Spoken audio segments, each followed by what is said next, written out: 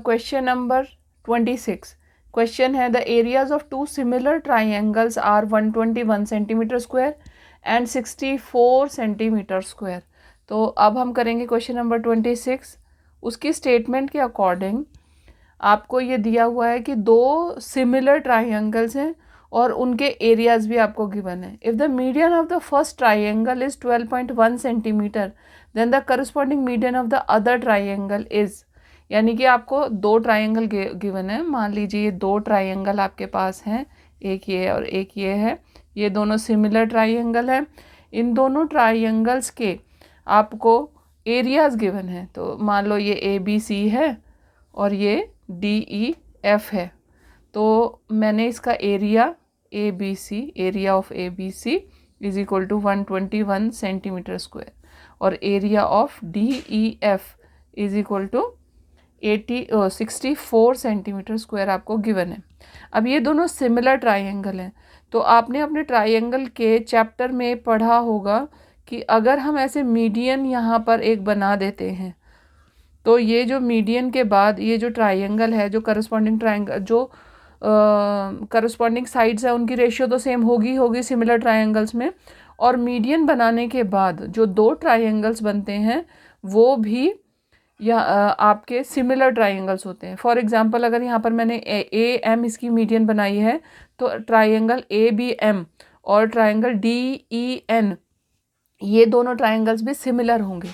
तो सिमिलैरिटी का रूल हम यहाँ पर लगाएंगे और ये क्या हो जाएगा कि एरिया, हमने जो पहले रूल पढ़ा हुआ है कि जो करस्पॉन्डिंग साइड्स होती हैं उनकी रेशियो का स्क्वायर एरिया के स्क्वायर के इक्वल होता है। तो यहाँ पर हम क्या करेंगे, हम यहाँ पे करस्पॉन्डिंग साइड्स की रेशियो निकालेंगे और उसको फाइंड आउट करने के लिए यहाँ पर हमने इसकी रेशियो कर दी, area of ABC upon area of DEF। ये क्या है, ये है स्क्वायर ऑफ साइड्स की रेशियो। अब हमें कौन सी साइड्स की रेशियो की ज़रूरत है, करस्पॉन्डिंग मीडियन। मीडियन कौन कौन सी है, AM और DN। तो मैंने यहाँ लिखा AM और DN का स्क्वायर, AM का स्क्वायर और ये हो गया DN का स्क्वायर। ठीक है, तो ये जो है अब यहाँ पर हम इसको 121 को अगर चाहें तो हम 11 का स्क्वायर और 64 को 8 के स्क्वायर की फॉर्म में लिख सकते हैं। ठीक है, अब हमें एक इनमें से गिवन है, फर्स्ट ट्राइंगल का मीडियन यानी कि AM हमको गिवन है। तो AM कितना है हमारे पास 12.1 सेंटीमीटर और दूसरे को हम मान लेते हैं X। क्रॉस मल्टीप्लाई करेंगे तो हमारे पास में क्या आ जाएगा, ये किसके बराबर है, इसके पूरे स्क्वायर के बराबर। अभी मैंने बोला था कि साइड की जो स्क्वायर्स होती हैं उसका जो रेशियो, साइड की करस्पॉन्डिंग साइड की रेशियो का जो स्क्वायर होता है वो एरिया के रेशियो के बराबर होता है। तो हमने यही किया, यहाँ पे करस्पॉन्डिंग साइड्स की रेशियो का स्क्वायर कर दिया इज इक्वल टू एरिया की रेशियो, यानी कि ये जो 121 था इसको स्क्वायर में कन्वर्ट कर दिया, 64 को भी हमने स्क्वायर में कन्वर्ट कर दिया, उस रेशियो के बराबर आ गया। अब दोनों तरफ से हम स्क्वायर कैंसिल कर देंगे। स्क्वायर कैंसिल करके हमें क्या मिला यहाँ पर, ये आपका आ गया 11 upon 8 is equal to 12.1 upon X। अब क्रॉस मल्टीप्लाई कर दिया तो आपको क्या मिल गया, X की वैल्यू क्या मिल गई, 12.1 अपॉन 11 मल्टीप्लाई 8। अब 11 से अब जब आप इसको कैंसिल करोगे तो आपके पास में आ जाएगा 1.1। तो 1.1 से 8 को मल्टीप्लाई कर दिया, 8.8 सेंटीमीटर आ गया DN की वैल्यू। तो ऑप्शन जो करेक्ट ऑप्शन है वो आपके पास में क्या आ गया, करेक्ट ऑप्शन आ गया B। आपका correct option is B। Now question number 27। Question number 27 और क्वेश्चन नंबर 28, ये दोनों क्वेश्चंस इसमें रिपीटेड है, इन्हें हम यूज नहीं करने वाले हैं। हम क्वेश्चन नंबर 29 पर आ जाते हैं। क्वेश्चन नंबर 29 है, in an isosceles triangle ABC if AC is equal to BC and AB square is equal to 2AC square then angle C is। अब देखो ABC एक आइसोसेलस ट्राइंगल आपको गिवन है, तो हम यहाँ पर एक ट्राइंगल ड्रॉ करेंगे ABC, ट्राइंगल ABC हमने यहाँ पे ड्रॉ कर लिया और इसमें आपको गिवन है कि AC is equal to BC, isosceles triangle है, AC is equal to BC। अगर हम कन्वीनियंस के लिए हम A नीचे ले लेते हैं और B ऊपर ले लेते हैं। तो A C is equal to B C आपको गिवन है। यहाँ पे हम ये ट्राइंगल जो है ना, इसकी नेमिंग को थोड़ा डिफरेंट लेते हैं। ट्राइंगल ले लिया हमने ये, और ट्राइंगल की नेमिंग ली हमने ए बी और सी। इससे हमें थोड़ा कन्वीनियंट हो जाएगा। जैसे आइसोसेलेस ट्राइंगल में इन्होंने दे रखा है A C is equal to B C, तो ए सी और बी सी दोनों क्या हो गए, बराबर बराबर हो गए, ये और ये। A C is equal to B C आपके पास में हो गया। अब दूसरी कंडीशन आपको गिवन है A B square is equal to A C square. ठीक है, ये आपको यहाँ पर गिवन है A B square is equal to A C square. अब आप इसको ध्यान से देखो, ये आपको जो गिवन है इसका इस्तेमाल आपको करना है क्वेश्चन नंबर 29 में, और एंगल सी का की वैल्यू आपको फाइंड आउट करनी है। अब ए सी और बी सी तो बराबर हैं, A B square is equal to A C हो गया। मैं यहाँ पर लिखूँ ए बी स्क्वायर, ठीक है, इसको मैं मान लो मैं करती हूँ इसको ए सी स्क्वायर प्लस ए सी स्क्वायर कर सकती हूँ, क्योंकि दोनों तो बराबर हैं। 2ac स्क्वायर को खोल दिया, ए सी प्लस ए सी कर दिया, और A C plus B C square मैं लिख दूँ, तो ये क्या बन गया, A B square is equal to A C square plus B C square.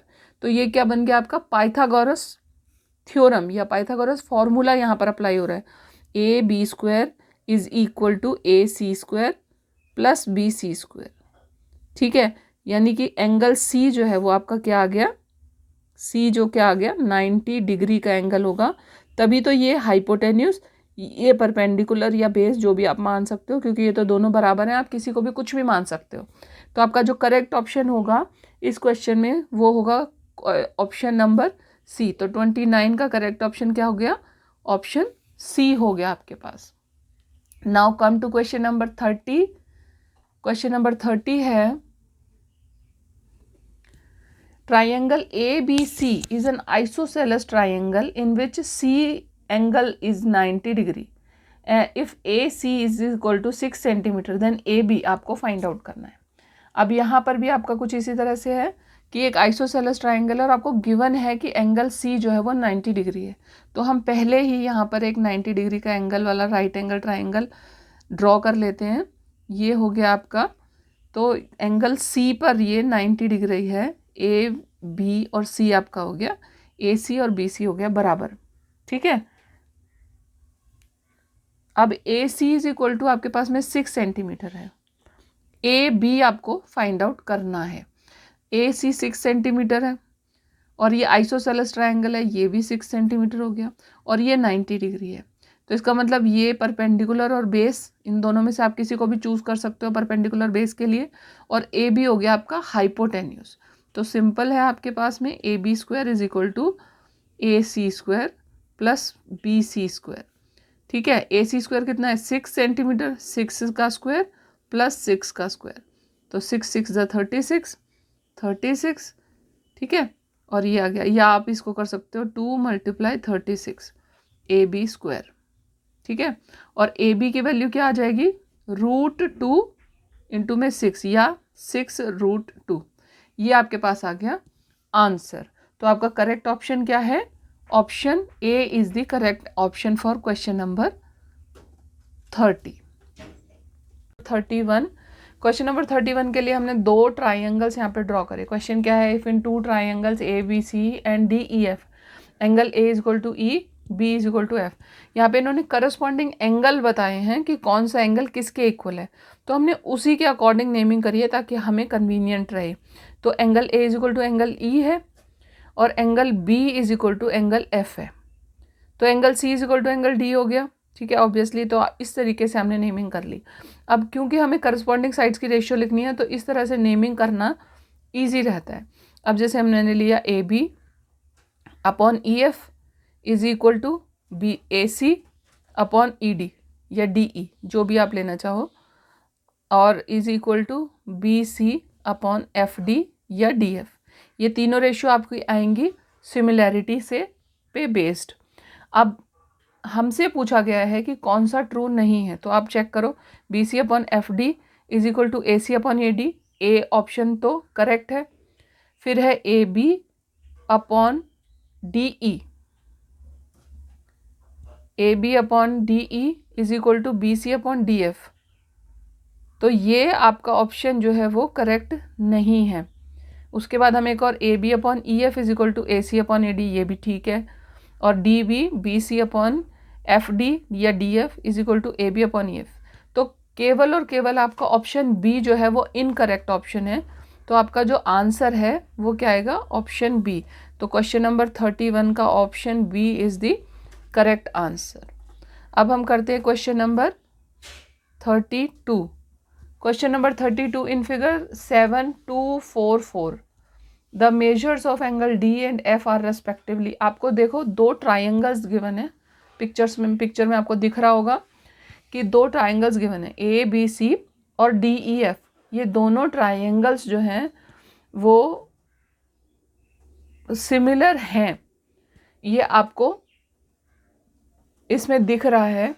आप इसको सिमिलैरिटी एक्चुअली ये इन्होंने दिया नहीं हुआ, ये हमें प्रूव करना है, पहले हमें शो करना है और उसके अकॉर्डिंग हमें इनके एंगल्स निकालने हैं। तो एंगल ए बी सी में अब करस्पॉन्डिंग एंगल्स लेकर देखो डी ई एफ की रेशियो कैसे बनती है। एंगल ए बी की साइड क्या है 45। अगर आप 45 के साथ ई एफ ले लो, A B upon E F is equal to कितना हो गया 45 अपॉन 5 यानी कि 9। उसके बाद आपने ले लिया 63 क्या है ए सी और अपॉन क्या ले लिया आपने डी ई, तो ये आ गया 7, ये भी आ गया आपके पास में 9। और फिर उसके बाद एक और क्या बचा, तीसरी साइड आपने ली B C 72 upon D F आपको पता नहीं है, ठीक है ना, उसके लिए हम यहाँ पे x लिख लेते हैं। तो आपके पास में ये रेशियोज तो सेम आ रही है ना, 9 आ रही है 9 आ रही है, तो ये भी 9 आई जाएगी अगर हम फाइंड आउट करेंगे तो। अब जो एंगल्स हैं वो हमें यहाँ पर देखने हैं कि करस्पॉन्डिंग एंगल्स इक्वल होते हैं। तो उसके अकॉर्डिंग आप देखोगे कि angle A is equal to angle E है, angle A is equal to angle E है 130 डिग्री का, ठीक है। उसके बाद आपका एंगल जो करस्पॉन्डिंग साइड है उसके साथ ही अटैच्ड एंगल आपका बराबर होगा। तो 45 वाला जो है वो 5 के साथ अटैच जो साइड एंगल है वो होगा। तो यहाँ पर 45 वाला एंगल कौन सा है, बी। और 5 वाली जो साइड है ई एफ उसके साथ अटैच्ड कौन सा है, एंगल एफ। तो ये कौन सा एंगल हो गया आपका 30 डिग्री। और तीसरा एंगल है डी, तो angle C is equal to angle D is equal to 20 degree. तो आपसे पूछा क्या गया था, एंगल डी और एफ कितना है 30 और 20, यानी कि डी की वैल्यू कितनी है 20 और एफ की वैल्यू है 30, यानी कि जो ऑप्शन बी है वही है आपका करेक्ट ऑप्शन। तो ये हो गया आपका option B is the correct option for question number 32। अब करेंगे क्वेश्चन नंबर 33।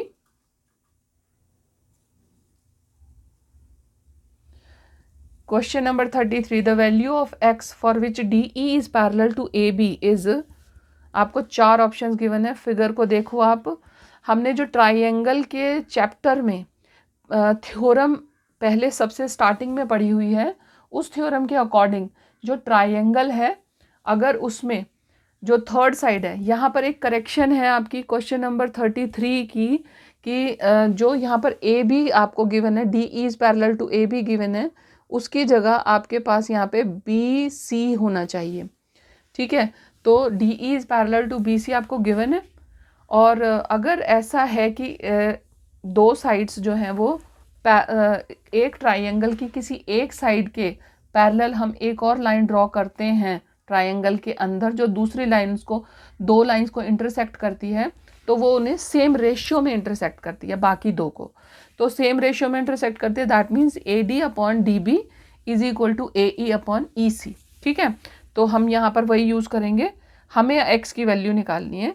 तो ये हो जाएगा आपका A D upon D B is equal to A E upon E C. तो आपके पास में यहाँ पे क्या आ जाएगा, x plus 3 upon 3x plus 19 is equal to x upon 3x plus 4, ठीक है। क्रॉस मल्टीप्लाई कर लो इसको, क्रॉस मल्टीप्लाई करके हमें मिल गया x प्लस 3 इंटू में 3x+4 equal to x multiply 3x plus 19। इसको हमने खोल दिया, हमारे पास में आ गया 3x² plus 9x plus 4x plus 12। यहाँ आ गया 3x² प्लस 19x। अब इक्वल के दोनों साइड पे आप 3x² और 3x² को कैंसिल कर सकते हो। 9 और 4 कितना बन गया 13। 13x को आप इधर ट्रांसफ़र कर दो, x वाले सारे पोर्शन एक साइड ट्रांसफ़र कर दिए और कांस्टेंट टर्म एक साइड रहने दी, तो हमारे पास आ गया 19x minus 13x is equal to 12। 19x minus 13x कितना होता है 6x। 6x is equal to आपके पास में आ गया 12, यानी कि x की वैल्यू कितनी आ गई 2। तो आपका जो करेक्ट ऑप्शन है 2 आपका करेक्ट ऑप्शन होगा। तो करेक्ट ऑप्शन हो गया आपका क्वेश्चन नंबर 33 का करेक्ट ऑप्शन हो गया D. D is the correct option for question number 33। Question number 34, question ADE is equal to ABC, figure 7.246 में ADE is equal to ABC, then CE is equal to, देखिए आपको जो figure given है उसके according आपने पहले जब अपनी लोअर क्लासेस में 7th में 8th में जो पैरेलल लाइंस की प्रॉपर्टीज़ पढ़ी थी उसमें आपने पढ़ा होगा कि ये क्या है करस्पॉन्डिंग एंगल है। कौन कौन से angle ADE is equal to angle ABC, ठीक है, ये आपको गिवन है, ये क्या है करस्पॉन्डिंग एंगल। तो इससे आपको क्या पता चलेगा कि जो लाइन ये DE is parallel to BC। अगर DE is parallel to BC है तो इसमें थ्योरम लग जाएगी हमारी ट्रायंगल वाली, और उसमें क्या होगा कि अगर एक लाइन कोई एक लाइन के पैरेलल हम एक लाइन ड्रॉ करते हैं दोनों साइड्स को काटती हुई, एक साइड के पैरेलल कोई लाइन ड्रॉ करी हमने ट्रायंगल के अंदर से और बाकी की दोनों साइड्स को वो इंटरसेक्ट करती है, तो वो सेम रेशियो में उनको इंटरसेक्ट करती है। तो यहाँ पर भी सेम रेशियो बनेगी, तो हमारे पास में आ जाएगी AD upon DB is equal to AE upon EC, ठीक है, ये रेशियो आ जाएगी। अब हमें निकालनी क्या EC का हो या CE का हो, ठीक है, और हमें AD और DB क्या है 2/3 इज इक्वल टू 3/CE लिख दो, इसको क्रॉस मल्टीप्लाई किया आपने तो आपको क्या मिलेगा CE इज इक्वल टू 3 × 3/2, ठीक है। तो ये क्या आ गया आपके पास में 9/2। क्वेश्चन नंबर 34 का आंसर करेक्ट ऑप्शन आपके पास में आ गया 9/2, ऑप्शन C। तो ये हो गया आपका correct option, option C for question number 34। ये हो गया आपका। अब हम करेंगे question number 35। In figure 7.247 RS is parallel to DB is parallel to PQ, and if CP is equal to PD is equal to 11 centimeter, DR is equal to RA is equal to 3 centimeter, then the values of X and Y are respectively। अब इसमें भी वही चीज़ है, आप ध्यान से इस figure को देखोगे तो आपको समझ में आ जाएगा कि इसमें दो ट्राइंगल्स हैं जो बेस टू बेस जुड़े हुए हैं। उनका जो कॉमन बेस है वो क्या है DB, उनका कॉमन बेस है। अब RS is parallel to DB is parallel to PQ, ये तीनों आपस में पैरेलल हैं। CP, अब इसमें अगर हम ट्राइंगल DAB को कंसिडर करते हैं तो X is parallel to Y हो जाएगा।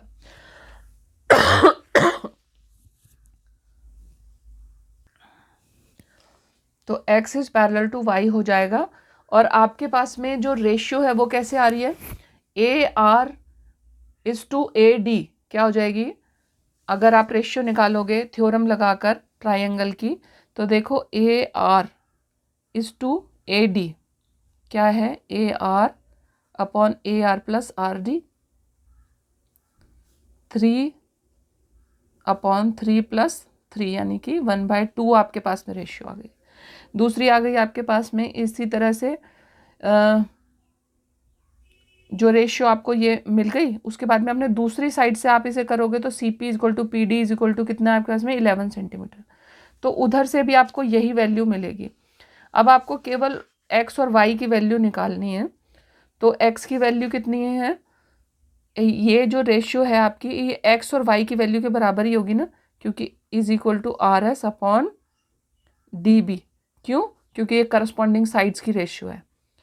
एक छोटा ट्राइंगल हमने कौन कौन से ट्राइंगल कंसिडर करें हैं, ए आर एस, और ट्राइंगल ए डी बी हमने कंसिडर करें। ये दोनों भी सिमिलर ट्राइंगल होंगे, तो इनकी जो करस्पॉन्डिंग साइड्स है उनकी रेशियो हमने निकाली, तो R S upon D B आ गया। अब आर एस कितना है एक्स और वाई कितना, डी बी कितना है वाई, तो हमारे पास में ये रेशियो आ गई। एक्स और वाई की रेशियो 1/2 आनी चाहिए। अब जो हमारे पास में गिवन ऑप्शंस हैं उनमें केवल एक ही ऑप्शन है जो पॉसिबल हो सकता है, वो है डी। क्यों? क्योंकि उसी में आपको जो दो वैल्यूज़ गिवन है वो एक दूसरे की, एक जो है वो दूसरी वैल्यू की ट्वाइस है। तो इसीलिए हमारा जो करेक्ट ऑप्शन है क्वेश्चन नंबर 35 का, वो होगा डी, करेक्ट ऑप्शन। ठीक है, अब आते हैं हम अपने क्वेश्चन नंबर 36 पे। In figure 7.248 if P B is parallel to C F and D P is parallel to E F, then A D upon D E. आपको इसकी रेशियो फाइंड आउट करनी है। सिंपल है, इसमें भी हमने वही थ्योरम लगानी है। और आप देखोगे कि जो ट्राइंगल हमने ले लिया, ट्राइंगल जो हम कंसिडर कर रहे हैं, ट्राइंगल ए बी पी और ट्राइंगल ए सी एफ हमने कंसिडर कर लिया। ठीक है, अब हमें पता है कि B P is parallel to C F है और D P is parallel to E F है। ठीक है, अब हमसे पूछा क्या गया है, A D upon D E, ये हमें रेशियो बतानी है। A D upon D E, जब ये दोनों पैरेलल हैं तो जो ये ट्राइंगल इधर है वही सिमिलर उधर भी है ना। अगर ऐसा है तो इनकी जो रेशियोज हैं वो भी तो सिमिलर टाइप की होंगी ना। तो जिस तरीके से हमने ट्राइंगल ए बी पी और ए सी एफ, ये दोनों सिमिलर ट्राइंगल हैं, उसी तरह से नीचे वाला ट्राइंगल जो है ना, ए डी पी और triangle A D P is similar to triangle A F E. ठीक है, तो ये दोनों भी सिमिलर होंगी। तो इन दोनों की जो रेशियो है वो किसके बराबर आएगी, जो ऊपर वाला साइड है उसके बराबर। तो यहाँ पर रेशियो क्या आ जाएगी आपके पास में, ए डी अपॉन डी ई। कैसे आएगी रेशियो जो है वो ये आएगी हमारे पास। कैसे आएगी, हमने ये जो ट्राइंगल दोनों लिए थे ए बी पी और ए सी एफ, इसकी रेशियो हम फाइंड आउट करेंगे। तो इसकी रेशियो क्या आएगी हमारे पास, हमने निकाली A B upon B C, तो 2 अपॉन, अब याद आप ध्यान से देखो तो ए बी और ए सी दोनों की वैल्यू हमें गिवन है, बी सी की अलग से वैल्यू गिवन नहीं है, तो हम इसे लिख सकते हैं 8 माइनस 2, यानी कि 2 अपॉन 6, यानी कि 1 अपॉन 3। ये हमारे पास में करेक्ट ऑप्शन आ गया इसका, क्वेश्चन नंबर 36 का B is the correct option. ओ हाँ, yes, B is the correct option for 36। Question number 36 के लिए जो करेक्ट ऑप्शन है वो क्या है, B option is the correct option. चलिए अब करते हैं क्वेश्चन नंबर 37।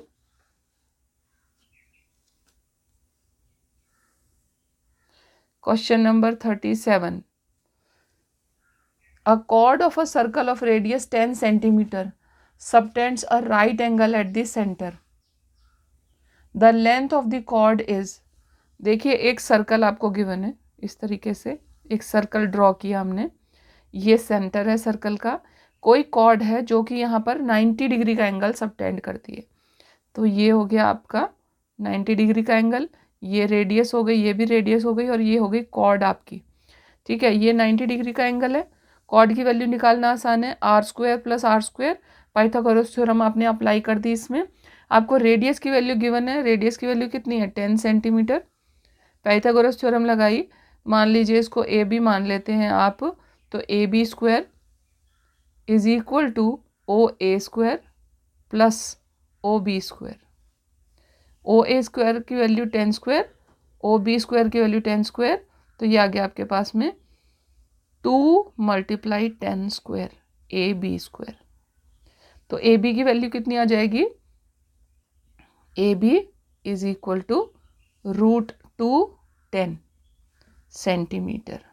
ये आपके पास में वैल्यू आ गई, या इसे 10√2 लिख लो या √2 मल्टीप्लाई 10 लिख लो।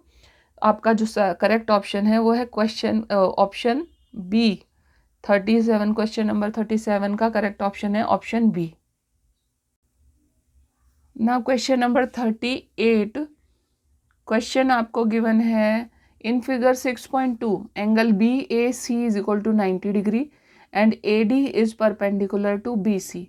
देन आपको फाइंड आउट करना है कि चारों में से कौन सा ऑप्शन करेक्ट ऑप्शन है।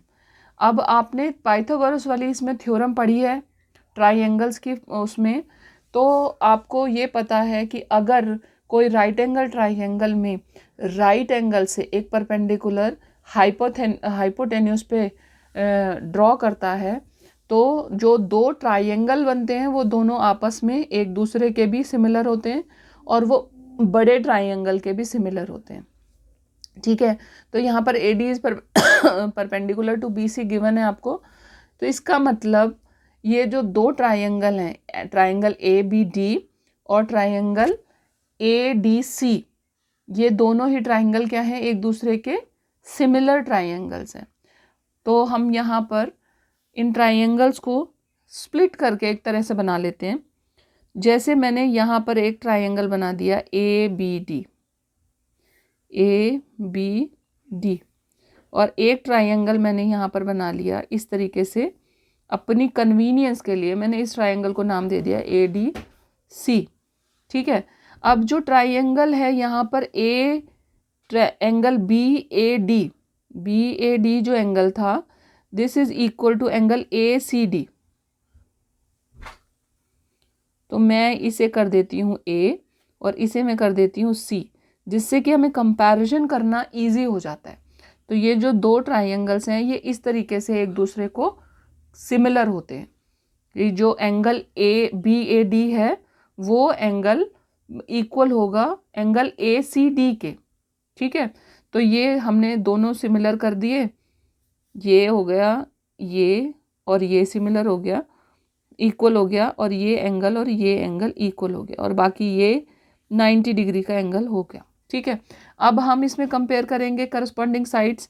तो हमारे पास क्या क्या है, A B upon A C is equal to B D upon A D is equal to A D upon C D.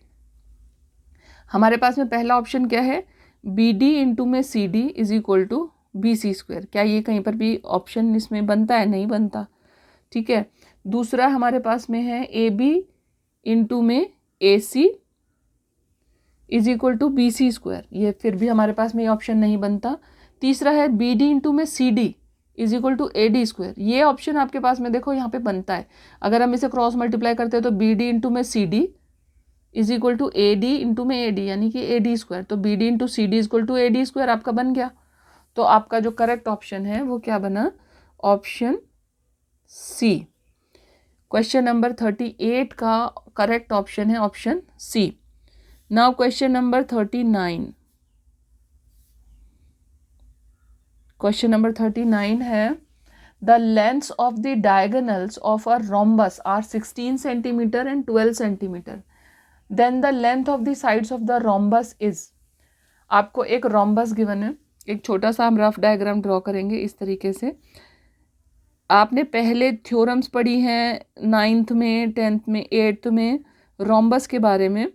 तो क्या होता है, रोम्बस के जो डायगोनल्स होते हैं वो मिड पॉइंट पर एक दूसरे को काटते हैं, परपेंडिकुलर होते हैं, एक दूसरे को परपेंडिकुलरली काटते हैं और मिड पॉइंट पे काटते हैं।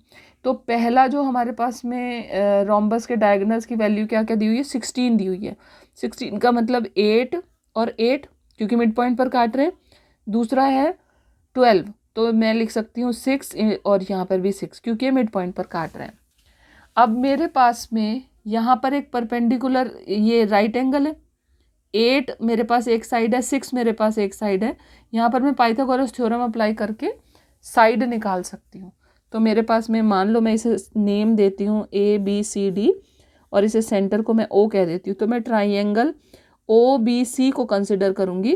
तो BC square is equal to OB square plus OC square. OB square कितना है 8 स्क्वायर, OC स्क्वायर कितना है 6 स्क्वायर। तो 8 स्क्वायर यानी 8 8 से 64 और 6 यानी कि 36। तो ये आ गया आपके पास में 100। BC square is equal to 100 और एक्चुअल BC की वैल्यू आपके पास में कितनी आ जाएगी, BC इज इक्वल टू 10। यानी कि आपका जो करेक्ट ऑप्शन है ऑप्शन B है। 39 क्वेश्चन नंबर का करेक्ट ऑप्शन है option B। Now come to question number 40. If triangle ABC is similar to triangle EDF and ABC is not similar to DEF, यहाँ पर इन्होंने स्पेशली आपको mention करा है कि जो है वो DEF के बराबर नहीं है, सिमिलर नहीं है, EDF के सिमिलर है, then which of the following is not true, ये आपको बताना है। तो यहाँ पे हम दो ट्राइंगल्स ड्रॉ करेंगे। एक ट्राइंगल है ABC, ट्राइंगल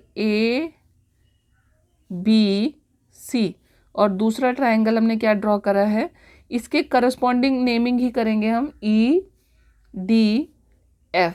ये हमारे लिए, हम जब नेमिंग करते हैं तो वो कन्वीनियंट हो जाता है कंपेयर करना, इसीलिए कन्फ्यूजन ख़त्म हो जाता है, इसीलिए हम हमेशा करस्पॉन्डिंग नेमिंग करते हैं।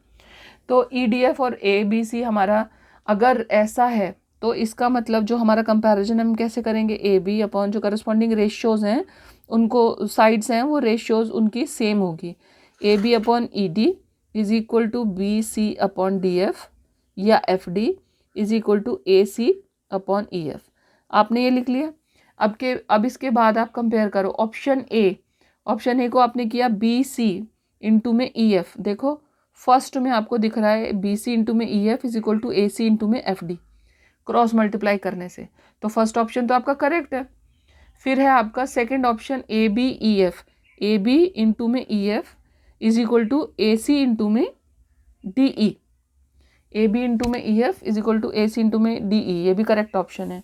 अब आपका ऑप्शन नंबर C है आपके पास में BC इंटू में DE is equal to AB into में EF, जो कि रॉन्ग है, आपके पास होना चाहिए AB इंटू में DF, यानी कि C is not the correct option.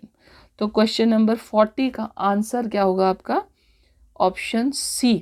Now question number 41, in figure 6.3 two line segments AC and BD intersect each other at the point P such that PA is equal to 6 cm, PB is equal to 3 cm, PC is equal to 2.5 cm, PD is equal to 5 cm। आपको ये सारे के सारे measurements इसमें given हैं। Angle APB is equal to 50 cm, angle CDP is equal to 30 degree sorry, then angle PBA is equal to, आपको find out करना है। इसमें सिंपल है, बिल्कुल सिंपल, सिमिलैरिटी लगानी है आपको। आप इसकी करस्पॉन्डिंग साइड्स को जब रेशियो निकालोगे तो करस्पॉन्डिंग साइड्स की रेशियो इक्वल आएगी। पहली बात तो ये है कि आपका जो एंगल APB है, APB is equal to 50 degree है, तो angle DPC is equal to भी 50 डिग्री होगा। क्यों? क्योंकि ये दोनों वर्टिकली ऑपोजिट एंगल है। Angle APB is equal to angle DPC is equal to 50 degree, क्योंकि वर्टिकली अपोजिट है।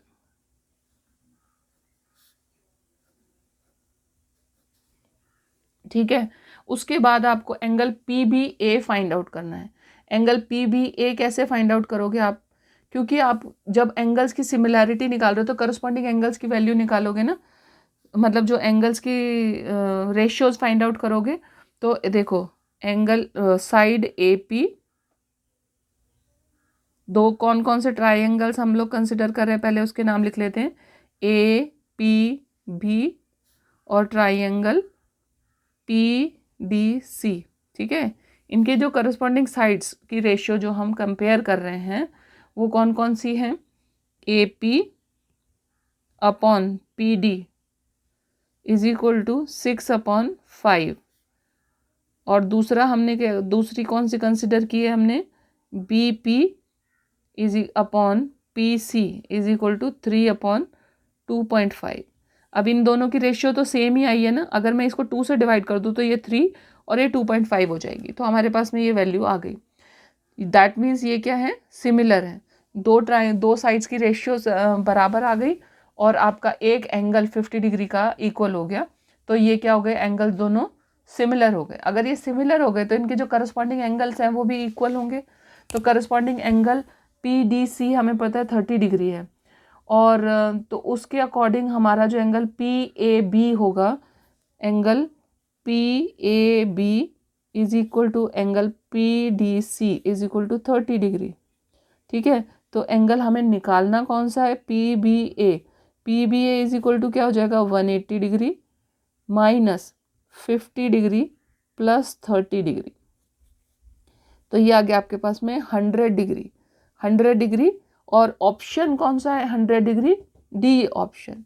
तो क्वेश्चन नंबर 41 का करेक्ट ऑप्शन क्या हो गया आपके पास में, D is the correct option.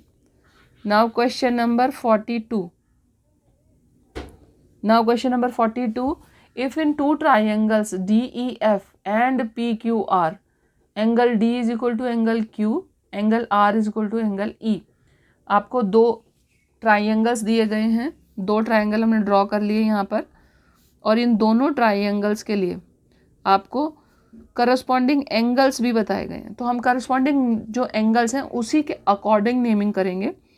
अगर ये D दे रखा है हमें, तो इसके इक्वल यहाँ पर Q दे रखा है, तो हमने Q यहाँ पर लिख दिया, और R is equal to E दे रखा है, तो DEF कर देते, E हो गया और उसके बराबर हो गया यहाँ पे R, और ये हो गया DEF, तो ये हो गया PQR। इस तरीके से करस्पॉन्डिंग एंगल बन गए दोनों।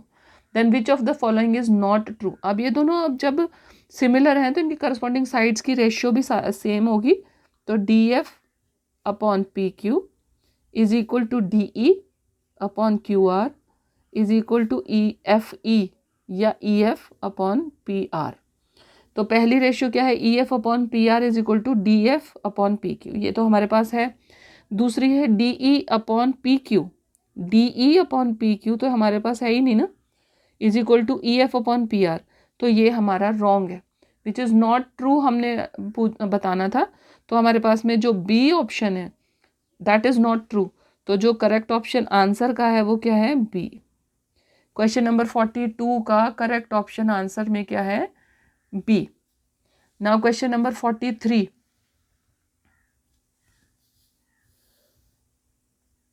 क्वेश्चन नंबर 43 आपका है,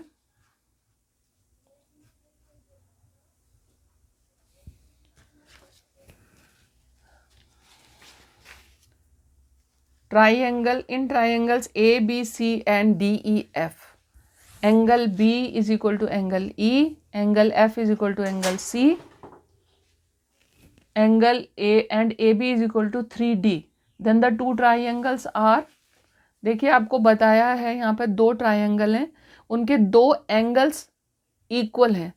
दो एंगल इक्वल हैं तो दो एंगल इक्वल होने तो सिमिलर प्रूव हो जाता है ना।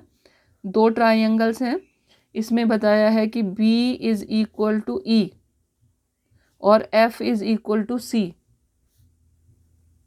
तो DEF और ABC दोनों क्या हैं, सिमिलर ट्राइंगल हैं, लेकिन इनकी जो साइड्स की रेशियो है वो कितनी है, AB is equal to 3DE दी है हमें, इसका मतलब AB upon DE is equal to 3/1, यानी कि आपके पास में इसकी एक रेशियो गिवन है।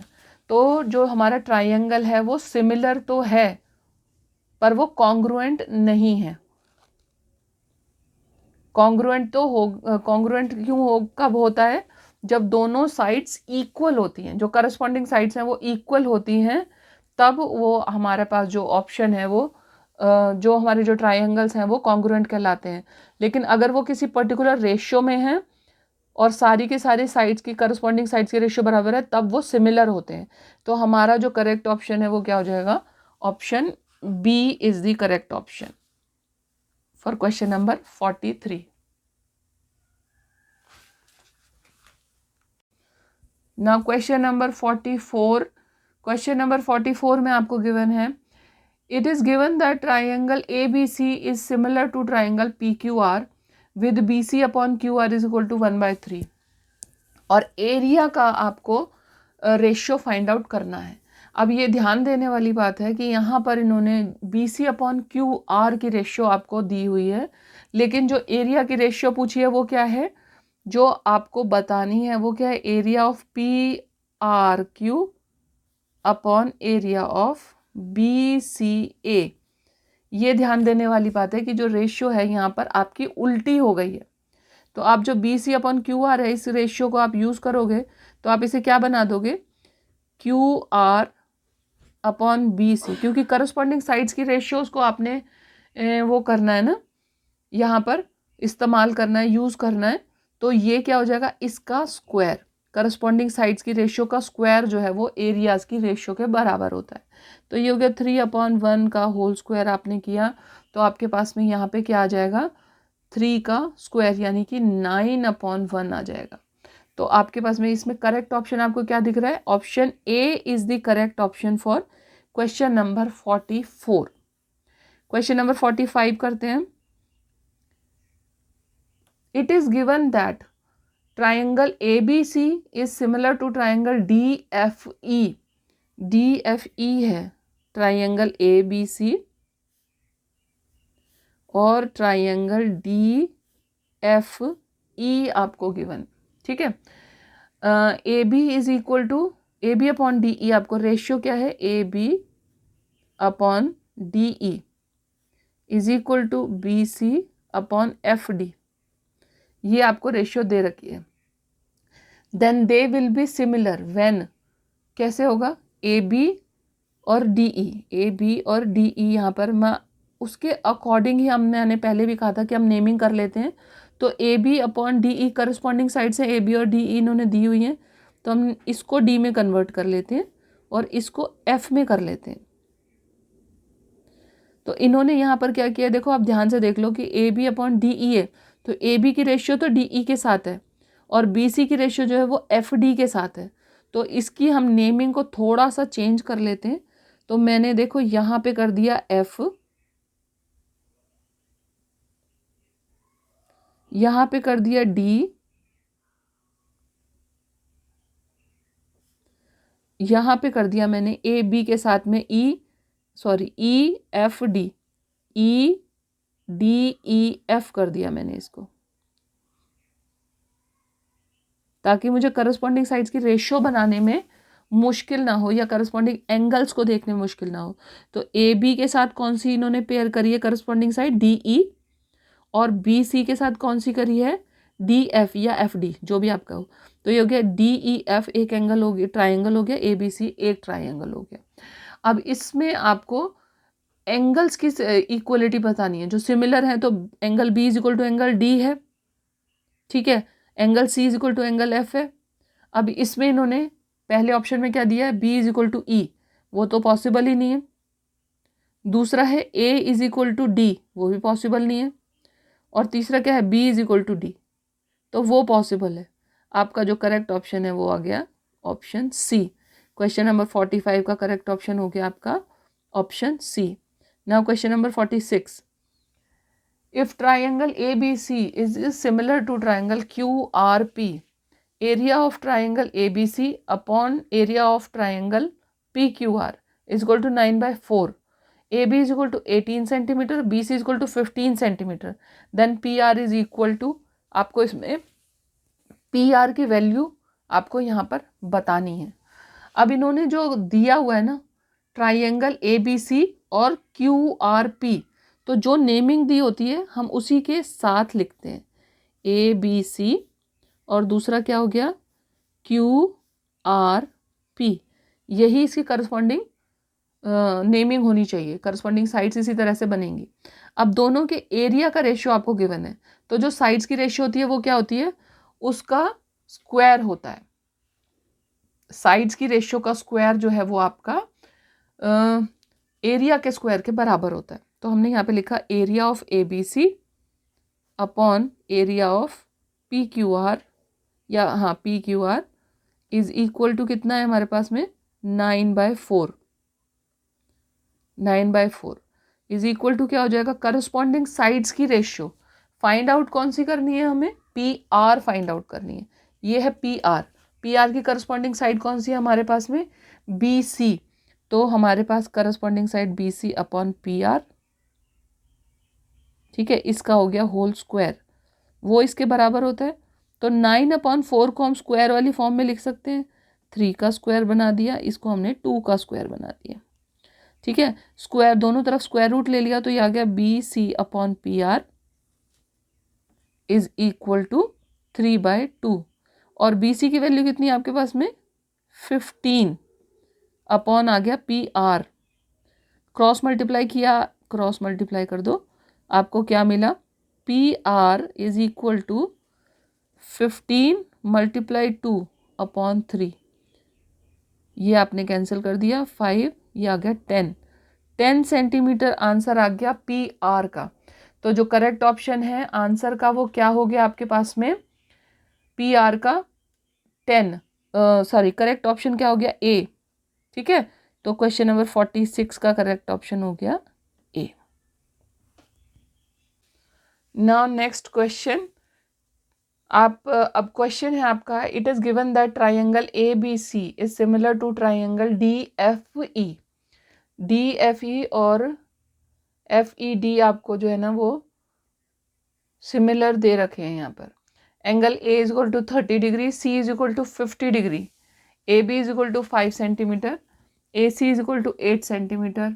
सबके आपको यहाँ पे वैल्यूज आपको गिवन है। अब सिमिलैरिटी जब गिवन है तो सबसे पहला काम तो हम क्या करेंगे, ट्राइंगल ड्रॉ करेंगे 2, और उनकी जो नेमिंग है उसके अकॉर्डिंग ही रखेंगे, ए बी सी, और दूसरा क्या है डी एफ ई। अब angle A is equal to है आपके पास में 30 डिग्री का, angle C is equal to है 50 डिग्री का, ठीक है। तो ये एंगल आप फाइंड आउट कर सकते हो। अब है A B is equal to 5 centimetre, A B is equal to 5 centimetre, A C is equal to 8 centimetre, D F 7.5 centimetre. Then the following is true. अब सिमिलैरिटी होने से क्या होता है, करस्पॉन्डिंग साइड्स की रेशियो जो है वो बराबर होती है, ठीक है। तो करस्पॉन्डिंग साइड कौन कौन सी हो गई, A B upon D F is equal to A C upon D E is equal to B C upon F E, ठीक है।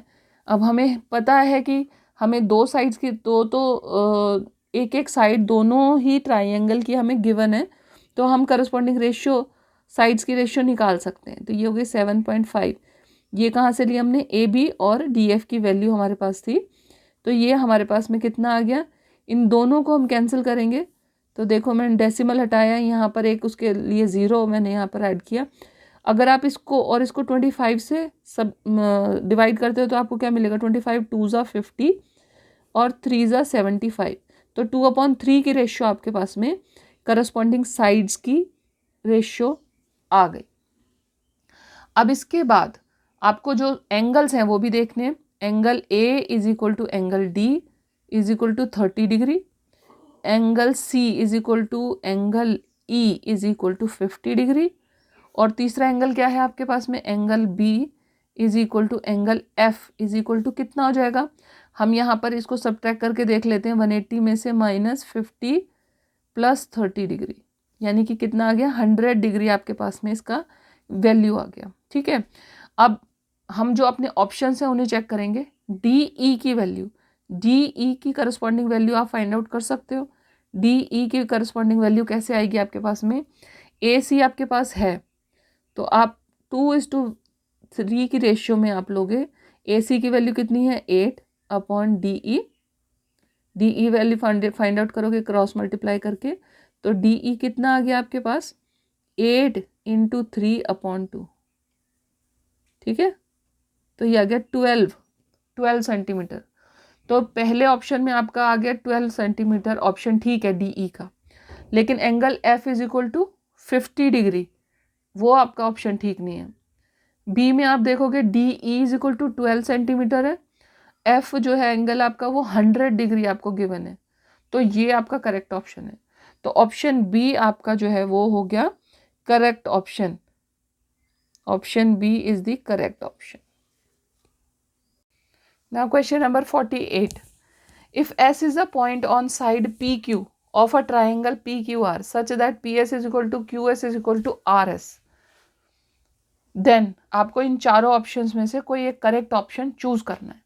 तो सबसे पहले हम एक ट्राइंगल ड्रॉ करेंगे, ट्राइंगल PQR, इस तरीके से कि PS, QS और RS तीनों इक्वल होंगे। एक हमने ट्राइंगल ड्रॉ किया, ये S is a point on the side PQ, मान लीजिए ये P है, ये Q है और ये है R, ठीक है। S एक पॉइंट है PQ पर इस तरीके से कि PS is equal to QS is equal to RS, ये भी इसके इक्वल है, ठीक है। ये भी, ये तीनों साइड्स इसके इक्वल है, ठीक है। अब दोनों साइड्स अगर हम ट्राइंगल PRS को कंसिडर करें तो वो क्या है, एक आइसोसेलेस ट्राइंगल है, आइसोसेलेस ट्राइंगल है, ठीक है। एंगल PS वो side PS is equal to RS है। और फिर इसी तरीके से जब हम दूसरा triangle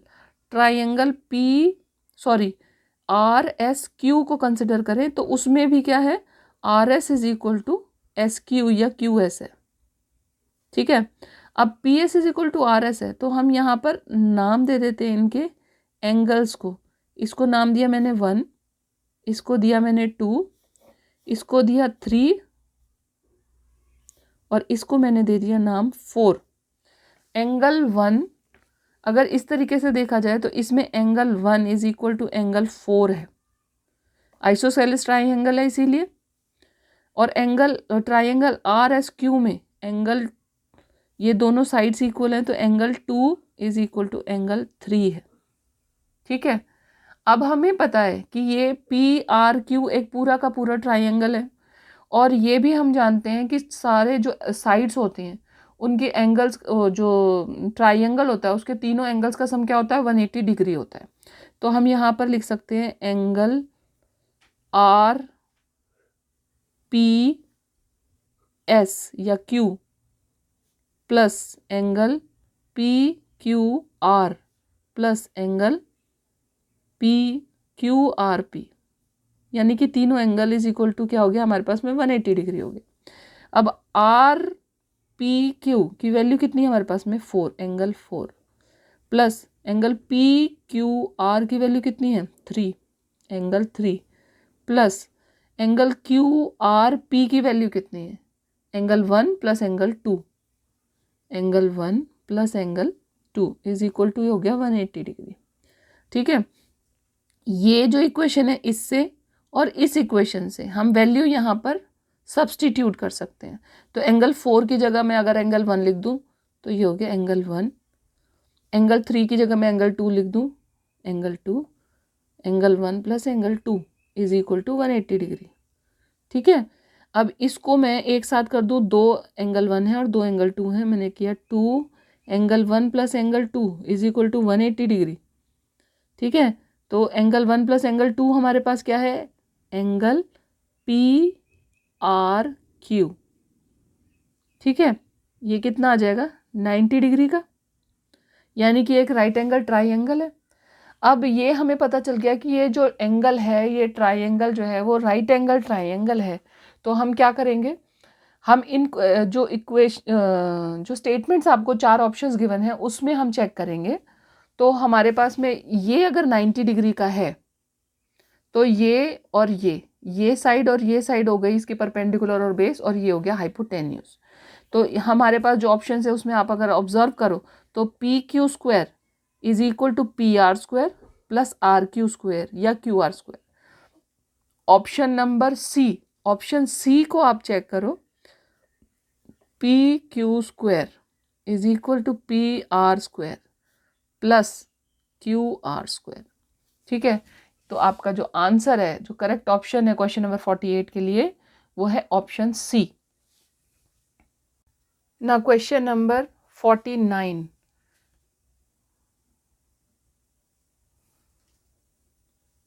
In an isosceles triangle ABC, if AB is equal to AC is equal to 25 centimeter and BC is equal to 14 centimeter, then the measure of altitude from A on BC is, एक isosceles triangle है आपके पास में ABC, ठीक है।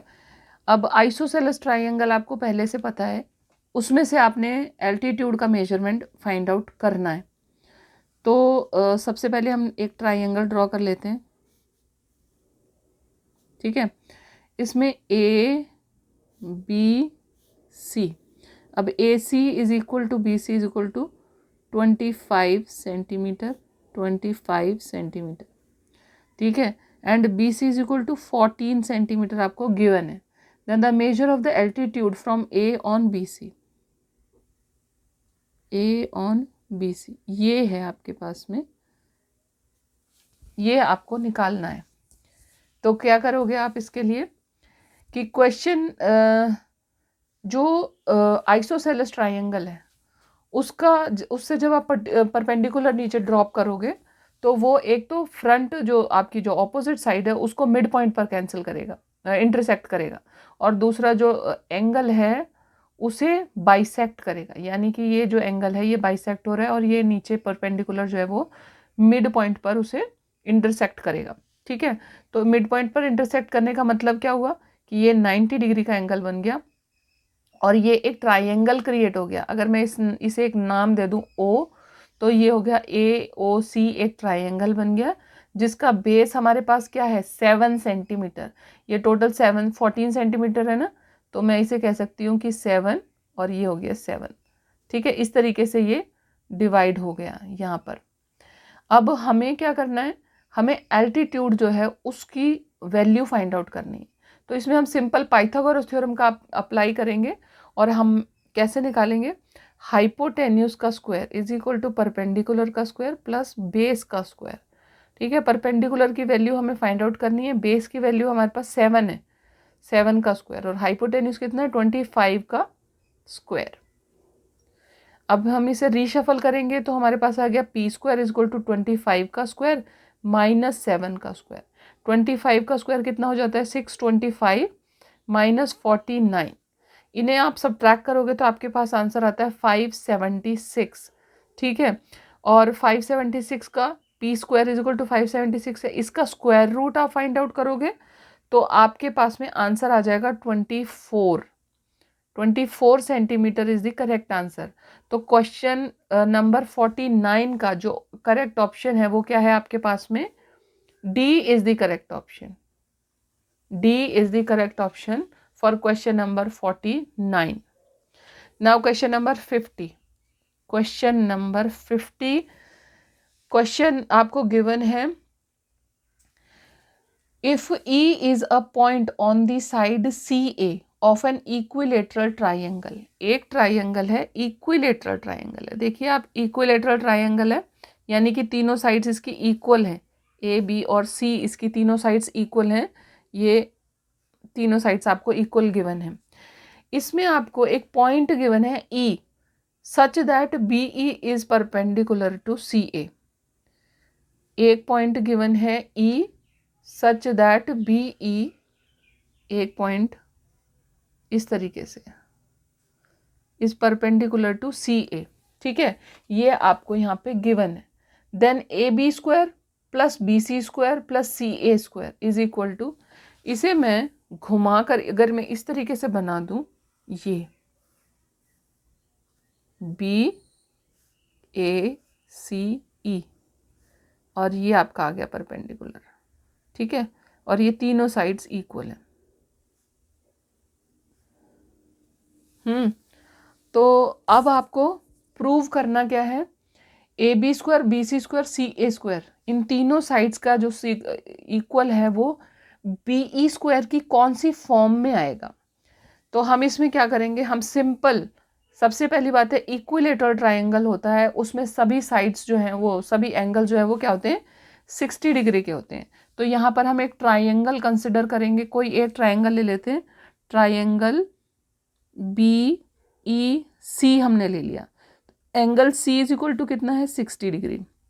ठीक है, यहाँ पर हम बी ई की value in the form of B C निकाल लेते हैं।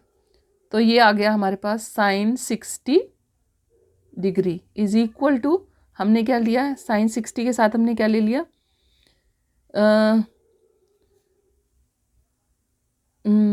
Perpendicular upon hypotenuse. परपेंडिकुलर क्या है हमारा बी ई और हाइपोटेन्यूस क्या है बी सी। ठीक है, अब साइन 60 डिग्री की वैल्यू कितनी होती है √3/2। ठीक है, अब आप इसको क्रॉस मल्टीप्लाई कर लो तो आपके पास में आ गया B E is equal to √3/2 B C. इस 2 को भी आप इधर ले जाओ काट के, मैं इधर कर देती हूँ, तो ये हो गया 2 BE is equal to √3 BC। Square कर दिया दोनों तरफ, 4BE² is equal to 3BC²। अब BC क्या है, साइड है इक्विलेटरल ट्राइंगल की। तो इक्विलेटरल ट्राइंगल है, तीनों साइड्स बराबर हैं। अगर मैं इसे स्प्लिट करके लिख दूं BC² plus BC² plus BC², ठीक है, और फिर मैं इसे क्या लिख दूं AB² plus BC² plus CA², तो भी कोई गलत तो होगा नहीं। ठीक है, और ये किसके इक्वल आ गया 4BE² के। ठीक है, तो यानी कि हमारा जो करेक्ट ऑप्शन है वो क्या है, ऑप्शन सी करेक्ट ऑप्शन हो गया क्वेश्चन नंबर 50 का।